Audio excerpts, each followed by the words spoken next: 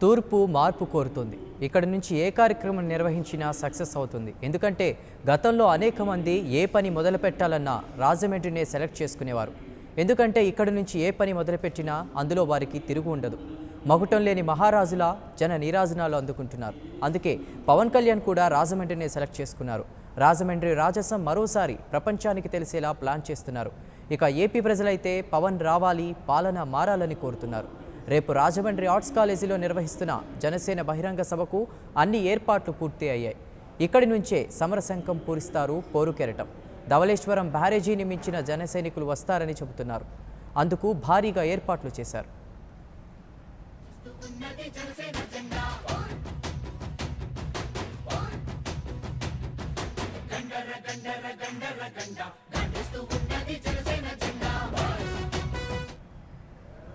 ఇక రాజమండ్రి సభకు సంబంధించిన మరింత సమాచారం మా ప్రతినిధి రాజేష్ అందిస్తారు. జనసేన పార్టీ ఆవిర్భావ దినోత్సవం సందర్భంగా రాజమండ్రి ఆర్ట్స్ కళాశాల మైదానంలో ఏర్పాటు చేసిన భారీ బహిరంగ సభకు ఇంచుమించుగా ఏర్పాట్లన్నీ పూర్తయినాయి. రేపు మధ్యాహ్నం 4 గంటల ప్రాంతంలో జరగబోయే ఈ సభకు లక్షలాదిగా వస్తారని చెప్పి జనసేన సైనికులు అయితే అంచనా వేస్తున్నారు. మనతో మాట్లాడేందుకు జిల్లా కోఆర్డినేటర్ మేడా గురుదత్ ప్రసాద్ మనతో ఉన్నారు. ఆయన అడిగి మరిన్ని వివరాలు తెలుసుకునే ప్రయత్నం చేద్దాం. సార్ చెప్పండి, ఏంటి ఏర్పాట్లు ఎంతవరకు వచ్చినాయి, ఎంతమంది వస్తారని ఎక్స్పెక్ట్ చేస్తున్నారు? దాదాపు లక్షల్లోనే జనం రావాలని మేము అనుకుంటున్నాం. ఎందుకంటే 13 జిల్లాలకి సంబంధించినటువంటి ఆవిర్భావ సభ కాబట్టి మరి ఇక్కడ ఉన్నటువంటి రాష్ట్రంలో 13 జిల్లాల నుంచి కూడా జన సైనికులందరూ కూడా ఈ సభకి తరలి వస్తున్నట్టు మాకు వార్తలు అందుతున్నాయి. అదేవిధంగా దానికి ఈ వచ్చేటటువంటి జనాన్ని అందరినీ కూడా దృష్టిలో పెట్టుకుని ఇక్కడ ఉన్నటువంటి సభకు కావాల్సినటువంటి ఏర్పాట్లు, ఏ జన సైనికుడు ఏ జన సైనికురాలు కూడా ఇబ్బంది పడకుండా తిరిగి సురక్షితంగా వారి ఇంటికి వెళ్ళాలి అనేటువంటి ఉద్దేశంతో మేము ఇంత భారీ ఎత్తున ఇక్కడ ఏర్పాట్లు చేయడం జరుగుతుంది. పవన్ కళ్యాణ్ గారు మొట్టమొదటి నుంచి చెప్తానే ఉన్నారు. అది ముఖ్యంగా ఎవరైతే జన సైనికులు ఉన్నారో, ప్రజలు ఉన్నారో, వీరందరూ కూడా ఏ సభకు వచ్చినప్పటికీ కూడా వారందరూ కూడా సురక్షితంగా వారి ఇంటికి వెళ్ళాలి అనేటువంటి ఉద్దేశాన్ని మేము దృష్టిలో పెట్టుకుని ముఖ్యంగా ఇక్కడ ఉన్నటువంటి జన సైనికులందరూ కూడా మరి అదేవిధంగా కష్టపడుతున్నారు. వచ్చినటువంటి లక్షలాది జనం అందరికీ కూడా నీరు అందించడంలో కానీ, ఆహారం అందించడంలో కానీ ఎక్కడా పొరపాట్లు జరగకూడదు అన్నటువంటి ఉద్దేశంతో, కృత నిశ్చయంతో ఇక్కడ ఉన్నటువంటి జన సైనికులందరూ కూడా చాలా కష్టపడుతున్నారు. మీరు అందరూ చూస్తున్నటువంటి విషయమే. అంటే మీరు కవాత్ చేశారు, ప్రజా పోరాటాలు చేశారు, ప్రతి చోట కూడా ఊహించిన దానికంటే ఎక్కువ వచ్చారు. ఒకవేళ ఊహించిన దానికంటే ఎక్కువ వస్తే మీకు క్రౌడ్ కంట్రోల్ చేసే అంత పొటెన్షియాలిటీ గ్రౌండ్కి ఉందా? అంటే ప్రత్యామ్నాయ ఏర్పాట్లు ఏం చేశారు? నిజానికి కవాతులో అద్భుతమైనటువంటి విజయం సాధించాము మేము, ముఖ్యంగా జనసేన పార్టీ నుంచి. ఈ రోజున ఆవిర్భావ సభ జరుగుతుంది కాబట్టి, 5వ ఆవిర్భావ సభ జరుగుతున్నది కాబట్టి ఇంకా ఎక్కువ మంది జనం రావడానికి అవకాశం ఉంది. ఎందుకంటే వచ్చే ఎన్నికలు దృష్టిలో పెట్టుకుని జన సైనికులందరూ కూడా చాలా వారి అకుంఠిత దీక్షతో ఇక్కడికి రావడం జరుగుతుంది. మన మేనిఫెస్టోలో ఉన్నటువంటి అంశాలు ఏంటి, మా నాయకుడు ఏం చెప్తున్నాడు, ఆ అంశాన్ని మనం ప్రజల్లోకి ఏ విధంగా తీసుకెళ్ళాలి అన్నటువంటి ఉద్దేశంతో ఇక్కడికి రావడం జరుగుతుంది.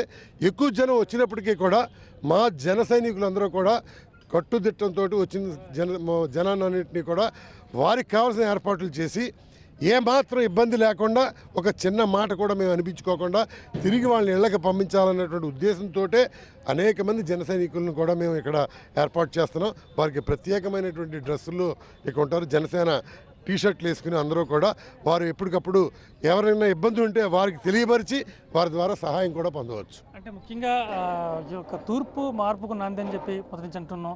రేపొద్దున్న ఇక్కడ నుంచి ప్రారంభించబోయే బహిరంగ సభల ద్వారా పార్టీ రేపటి నుంచి మీ యాక్టివిటీస్ని మరింత వేగవంతం చేయబోతుందా?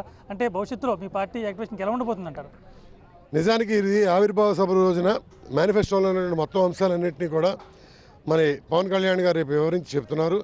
ఇది మాకొక అస్త్రం. ఈ అస్త్రాలను పట్టుకెళ్ళి ప్రతి ఇంటికి కూడా మా మేనిఫెస్టోలో ఉన్నటువంటి అంశాలు ఇవన్నీ ఉన్నాయి. ఇతర రాజకీయ పార్టీల్లాగా మేము దీన్ని వమ్ము చేయము. ప్రతి అంశాన్ని కూడా అమలుపరిచే విధంగా మేము ప్రయత్నిస్తాము అని ప్రతి ఇంటికి గడపకు వెళ్ళి చెప్పేటటువంటి ఒక అవకాశాన్ని రేపొద్దున మాకు మా ప్రెసిడెంట్ గారు అయినటువంటి పవన్ కళ్యాణ్ గారు పార్టీ పూర్తి మేనిఫెస్టోను ప్రకటించే అవకాశం ఉంది. ఇప్పటికే ప్రీ మేనిఫెస్టో ప్రకటించారు. రేపు ఈ సభ ద్వారా కూడా పూర్తి మేనిఫెస్టో ప్రకటించే అవకాశం ఉంటుందంటారా? దాదాపు 75% మేనిఫెస్టోలో ఉన్నటువంటి అంశాలన్నింటినీ కూడా రేపు వివరించబోతున్నారు. ఎందుకంటే ఆయన నిర్విరామంగా తిరుగుతున్నారు, 24 గంటలు పనిచేస్తూ ఉన్నారు. ఈ మేనిఫెస్టోని కూడా తయారు చేయడంలో ఎంత కష్టపడ్డారో అన్న విషయం మా అందరికీ తెలుసు. లోపలగా ఆయన దగ్గరగా ఉన్నటువంటి వాళ్ళందరికీ తెలుసు. అంచేత మేనిఫెస్టోలో ఉన్నటువంటి అంశాలన్నింటినీ కూడా బలహీన బడుగు వర్గాలు అందరూ అభ్యున్నతికై కోసమే చేసినటువంటివే కానీ ఏదో ఓట్లు సంపాదించుకోవాలి ఈ అంశాలు పెట్టి అన్నటువంటి ఆలోచన మటుకు మా ప్రెసిడెంట్ గారికి లేదు. ఇక్కడ మీరు చెప్పండి, సాధారణంగా రాజకీయ పార్టీల సమావేశాలంటే జనాన్ని తరలించడం, వాళ్ళకి ఏర్పాట్లు చేయడం, అలా కాకుండా జనసేనగా మాత్రమే ఎందుకు స్వతంత్రంగా ఎంతమంది వస్తున్నారు? ముఖ్యంగా వేరే మహిళలు అంటే మహిళలు ఎందుకు జనసేన పట్ల ఆకర్షితులవుతున్నారంటారు? జనసేన పట్ల జనసేనకి మహిళల పట్ల ఒక క్లియర్ ఒక విజన్ ఉంది. ఆడవాళ్ళ మీద ఒక రెస్పెక్ట్, ఆడవాళ్ళు యువత ఒక రంగంలో ఉండాలి, వాళ్ళ అభివృద్ధికి కృషి చేయాలి అనేది మెయిన్ జనసేన పార్టీ విధానం. మరి దానికి ఆకర్షితులే ఎంతోమంది ఆడవాళ్ళు కానీ యువత కానీ ఈరోజు స్వచ్ఛందంగా వచ్చే పరిస్థితులు ఈరోజు ఉన్నాయి. ఇతర పార్టీలకైతే డబ్బులు ఇచ్చో బస్సులు పెట్టి ఈ పెట్టి తరలించాల్సిన అవసరం ఉంది. కానీ జనసేన పార్టీకి ఆ అవసరం లేదు. స్వచ్ఛందంగా జనాలు వస్తారు. ఎంతోమంది మహిళలు పవన్ అన్న రావాలి, పవన్ అన్న సీఎం అవ్వాలి అనే దాని మీద ప్రతి ఒక్కళ్ళు ఇంటింటికి వెళ్ళి, వాళ్ళు అంటే నాయకులతో సంబంధం లేకుండా వాళ్ళు ఇంటింటికి వెళ్ళి చెప్పే కార్యక్రమం జరుగుతుంది. మనం ప్రతి చోట చూస్తున్నాము. అదేవిధంగా స్పందన ఉంది.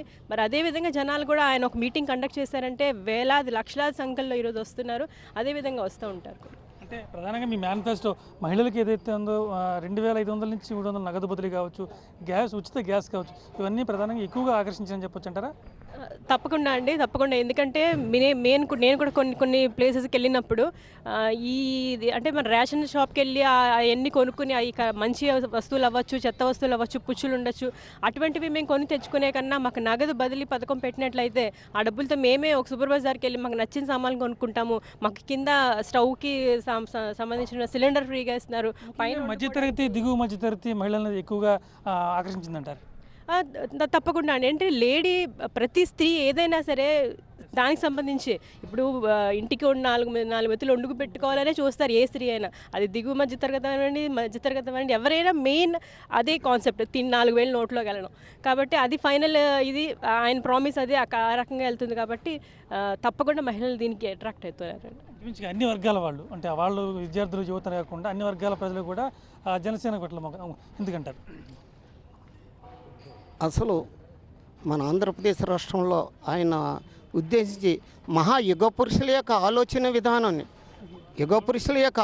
విధానాన్ని ఆయన దృష్టిలో తీసుకుని ఈ పార్టీ పెట్టడం వల్లే ఈ నిజం యూతే కాదు, ఈ రాష్ట్రంలో అసలు ఆయన ఉద్దేశమే అన్ని కులాలను, అన్ని మతాలని, అన్ని ప్రాంతాలను కూడా కలిపి నిర్మించేటి లౌకిక రాజ్యం తీసుకురావాలనే ఉద్దేశంతో ఆయన ఉన్నాడు. కాబట్టి ఇక్కడ యూత్ ఏంటి, మరి ఎవరు కూడా ప్రతి కులస్తుడు ఆ కులం లేదు ఈ కులం లేదు, అన్ని కులాలు కూడా, ఇది ఏ ఒక్క కులానికో సంబంధించినటువంటి పార్టీ కాదు, ఇది మొత్తం అన్ని కులాలకు సంబంధించినటువంటి భిన్నత్వంలో ఏకత్వం ఉన్నటువంటి పార్టీ ఇది జనసేన పార్టీ.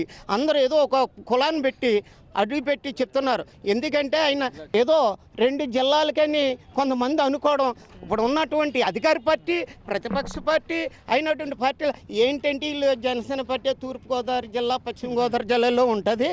అది ఒక కులానికి సంబంధించినటువంటి పార్టీకి ఆ యొక్క సామాజిక వర్గం, ఆయన యొక్క సామాజిక వర్గం అక్కడ ఎక్కువ ఉన్నారు కాబట్టి అదే అన్నారు. ఎందుకంటే నిన్న కాక మొన్న ఆయన ఎక్కువ బోయాలు, బీసీలు, మాది ముస్లిమ్స్ ఎక్కువ ఉండే ప్రాంతం కర్నూలు జిల్లా వెళ్ళారు. అక్కడ బ్రహ్మరథం పట్టడం జరిగింది.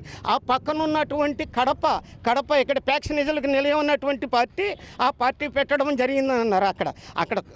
కానీ నిజంగా మన నాయకుడు వెళ్ళేటప్పటికి బ్రహ్మరథం పట్టారండి.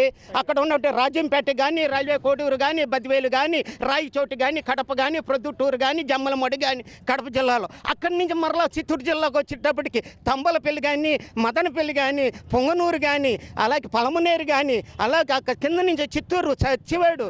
ఇది మొత్తం చూసుకుంటే కులమతాలకు అతీతంగా జనసేన అధ్యక్షుడు పవన్ కళ్యాణ్ చేపట్టిన జనసేన పార్టీ ఖచ్చితంగా అన్ని వర్గాలను ఆకర్షించుకుంటుంది. అలాగే ఈ జనసేన పార్టీ ఆవిర్భావ సభను విజయవంతం చేయడానికి విద్యార్థులు కావచ్చు, యువత కావచ్చు పూర్తి స్థాయిలో కృషి చేస్తున్నారు. ఖచ్చితంగా ఊహించిన స్థాయి కంటే ఎక్కువ వచ్చినా కానీ సభను విజయవంతం చేసి తీరుతామని జనసేన సైనికులు చెప్తారు. కెమెరామెన్ సాయి కృష్ణతో రాజేష్, 99 టీవీ, రాజమహేంద్రవరం.